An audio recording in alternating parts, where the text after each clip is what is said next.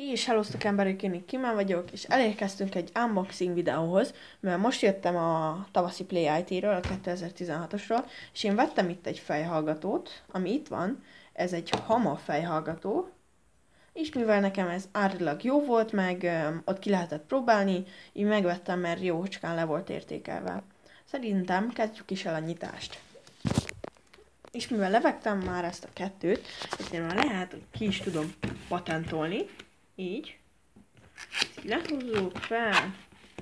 Ó, már működik is. Ez mi? Azt gondolom valami védőke. Belenézünk, találunk egy kis dolgot. Simán, nincsen doboza. Találunk itt egy útmutatót, hogy hogyan kéne ezt megcsinálni, meg hogy mi, hogy van. Jó, ez minket most nem érdekel. Kicsit részletesebben fogok róla beszélni. Itt van másik papír, örülünk, hogy van neki. Most nézzük, amit vettünk, és éppen kell. Hát, a doboznak itt vége, nincsen több benne, így. Szóval, hát csak ilyen pufi van, amit így ilyen jó hangja van. Jó, szerintem kezdjük el kicsomagolni. Kicsomagoltuk, ez fog minket várni, nem ez. Ez is jó, de ez fog minket várni. Szemetet odébb tesszük, és itt van a lényeg, amit vettünk.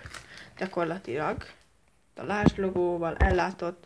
Ez egy nagyon szép dizájnos fejhallgató.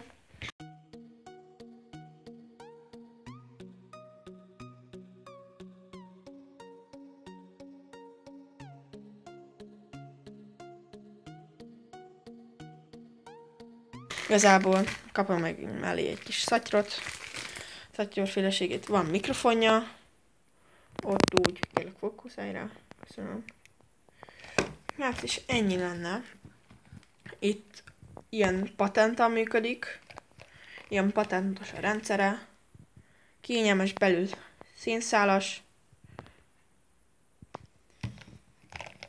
jó tapintású, műanyag, jó benyomható. Úgyhogy ennyi. Szólni, remélem jól szól, de nem lesz rá panaszom szerintem. Bár az még jó lenne, hogyha még ez világítana, de ez egy középkategóriás, hát számomra középkategóriás fejhallgató. Még mondhatok róla nektek képeket, hogy milyen. Úgyhogy csak annyit szeretnék elmondani, hogy köszönöm szépen nektek a figyelmet. Én Kimmel voltam. Sziasztok!